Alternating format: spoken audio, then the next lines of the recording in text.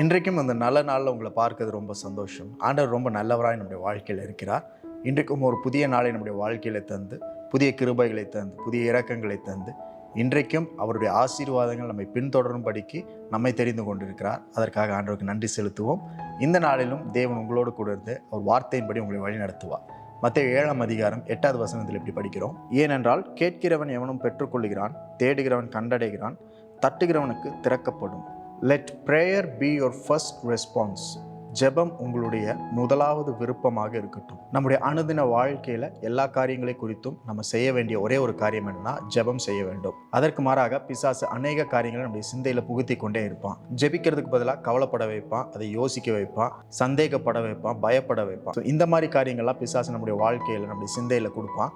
ஆனால் நீங்களும் நானும் அதையெல்லாம் தாண்டி ஜெபிக்க வேண்டும். அதுதான் நம்முடைய முதல் விருப்பமாக இருக்க வேண்டும். உதாரணத்துக்கு, ஒரு நாள் நீங்கள் தூங்கி எழும்பும் பொழுது ஒரு தலைவலியோடு எழும்புனீங்கன்னா அந்த தலைவலியை குறித்து ரொம்ப நேரம் நீங்கள் கம்ப்ளைண்ட் பண்ணிகிட்டே இருப்பீங்க. எழும்பின நேரத்திலேருந்து எப்போ சரியாகுமோ அது வரைக்கும் அதை குறித்தே நம்ம அதிகமாக பேசிகிட்டு இருப்போம். யாரெல்லாம் பார்க்குறோமோ எல்லா இடத்துலையும் சொல்லுவோம், இன்னைக்கு பெரிய தலைவலியோடு எந்திரிச்சேன் அப்படின்னு சொல்லுவோம். அந்த தலைவலியோட எல்லா வேலையும் செஞ்சுட்டு இருப்போம். அந்த தலைவலியை குறித்து அதிகமாக கம்ப்ளைண்ட் பண்ணுவோம். அந்த தலைவலியை நம்ம ஏற்றுக்கொள்ளுவோம். இப்படி அதோடு கூட எல்லா வேலையும் செஞ்சுட்டே இருக்கும்போது முடிவில் பார்க்கும்பொழுது அந்த தலைவலியோட அந்த ராத்திரி வரைக்கும் நீங்க பிரயாணம் பண்ணியிருப்பீங்க. ஆனால் முதலாவது நம்ம என்ன செஞ்சிருக்கணும் அப்படின்னா, அந்த தலைவலியை குறித்து நம்ம ஜெபித்து ஆண்டவரிடத்திலிருந்து சுகத்தை பெற்றுக் கொண்டிருக்க வேண்டும்.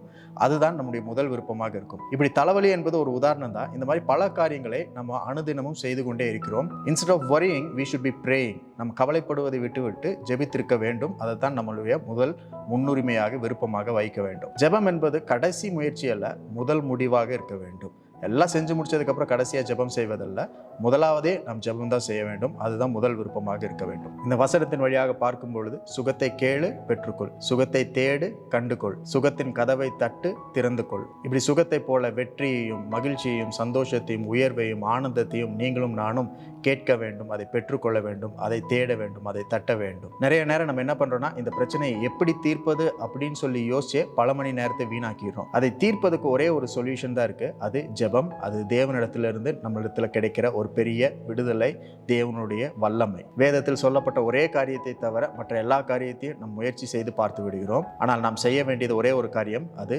ஜெபம். Ask, seek and knock. இன்றைக்கு கேளுங்கள், தேடுங்கள், தட்டுங்கள். உங்களுக்காக தேவன் ஆயத்தம் பண்ணியிருக்கவைகளை பெற்றுக்கொள்ளும்படிக்கு தேவன் இந்த புதிய நாளை உங்க வாழ்க்கையில கொடுத்திருக்கிறார். இன்றைக்கு கூட ஒருவேளை உங்க வாழ்க்கையில அநேக சவால்கள் உங்களுக்கு முன்பதாக இருக்கலாம், தேவைகள் இருக்கலாம்.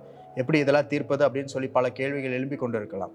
ஆனால் ஆண்டவர்கிட்ட நீங்க ஜெபிக்கும் பொழுது தேவன் அதற்கு ஏற்ற பதிலை பரலோகத்திலிருந்து உங்களுக்கு அனுப்புவார். ஆகவே ஜெபம் என்பது கடைசி முயற்சி அல்ல, முதல் விருப்பமாக இருக்க வேண்டும். இன்றைக்கும் அப்படிப்பட்ட ஒரு ஜெபத்தின் நாளாக இருக்கிறபடி ஆண்டவர் நம்மளுக்கு இந்த நாளை கொடுத்திருக்கிறார். அதற்காக ஆண்டவருக்கு நன்றி செலுத்துங்க.